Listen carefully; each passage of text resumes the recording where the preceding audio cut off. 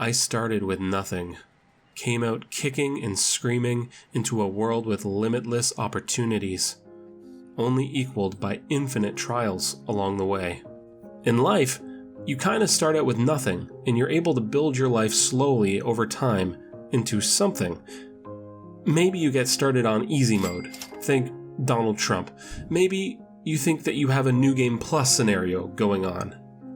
But there will be an endgame state, and all that will be left is what you built and how you changed the game for others around you.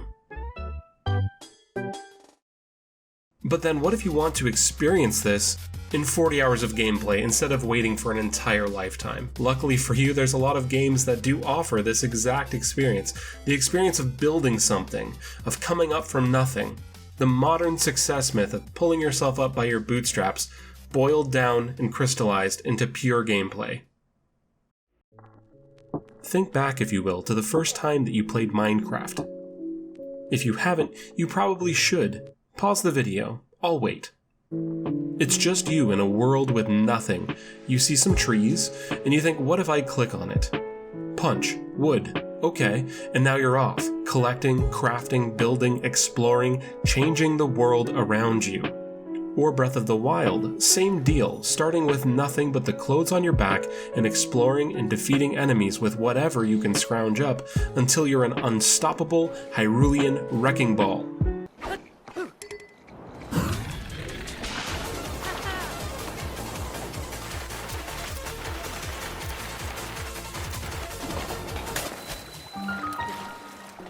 I asked some friends what games they loved that had this sort of building power feeling in them, and these are the games that they came up with.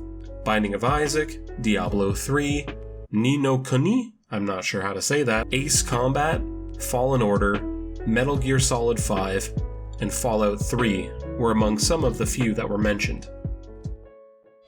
Games with a power fantasy element are a dime a dozen. Because this is what it does, it appeals to like the male fantasy. Most of the time, this is the game where you mindlessly enjoy wielding a massive amount of power over your enemies. Halo, Doom, Borderlands, these are some examples that come to mind. But there, the power is bestowed upon you. What I want is a game where if you don't make the right kinds of decisions, you're left with no power. Kinda like real life. Am I wasting my life? What the hell am I doing talking about video games when I could be working an extra job? What am I doing with my life? What's wrong with me? Why is my brain so stupid? I've been playing a lot of Mount & Blade Bannerlord, and I've been really enjoying it, especially now that I'm sort of at the end part of the game. I am a king, I have a kingdom, I rule with an iron fist, my armies are enormous, but that's not the part of the game that I really love. The part of the game that I really love is way back at the beginning, when you have just a handful of recruits. That early game where you're marching from town to town, looking for just 3 more guys to follow you if they believe that you might be able to feed them, or possibly pay them, which you're really not sure about. Then you win a couple of good fights, you get a little bit of loot, you sell it, you pay your men, you hire a couple more, and you're just scraping by. But as you level up your men and you level up your own character, hours and hours pass, and at some point, I have something that I built, an army, a character, a kingdom, that I built slowly and I earned. What's so odd to me is that it's all immaterial. The devs could have made it so you start with a small standing army, like most other grand strategy games. Or they could have started you with 100 million bajillion 1 billion gajillion fifillion million gold pieces, but you wouldn't have earned them. This would have sped the game up, but it wouldn't have felt like my gold in my army and my kingdom quite as much. When I lose units, I know how much I worked for them. When one of my sharpshooters gets cut down by a charging Imperial Cataphract, I am rightfully pissed as I hunt him down on the battlefield and put an end to him.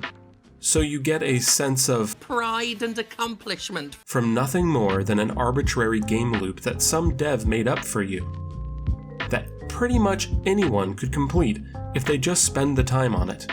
Well, now that I've put it that way, it does feel a bit empty. At the end of the day, there's going to be one of two different feelings when playing these sort of power building games. And it's going to depend on what kind of a game you're playing, whether that's multiplayer or single player. In multiplayer, once you've built up your own power and become an unstoppable force, you can lord that over other players, or become a benevolent force in the community, giving people places to stay in games like Ark or Rust. Hello, can you not kill me because I feel like you're gonna hi, what's up? But in single player, any sense of accomplishment is completely self-derived. In Minecraft, at least you can build something beautiful and take joy in the fact that you've made something wonderful, even if nobody else ever sees it. Only you get to feel that accomplishment, and it really is whatever you make of it. But for other solo experiences, you could go for the win.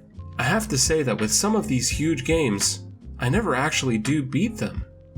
I just really enjoy that feeling of building up from nothing and gaining this power, that the ending becomes too slow, and when I think about it, sometimes I'm apt to just start a new game. There's nothing like a blank slate and all of its opportunities, ripe for the taking. Maybe I should try that in my real life, just give away all of my money, my property, and just start fresh, revitalized. Maybe then I'll have the drive to really succeed. Who am I kidding? I don't have any money. Alright, rant over. Thanks for sticking around for the video. If you enjoyed it, please do sub, like, and comment if you have something to talk about. Graybeard, out of here.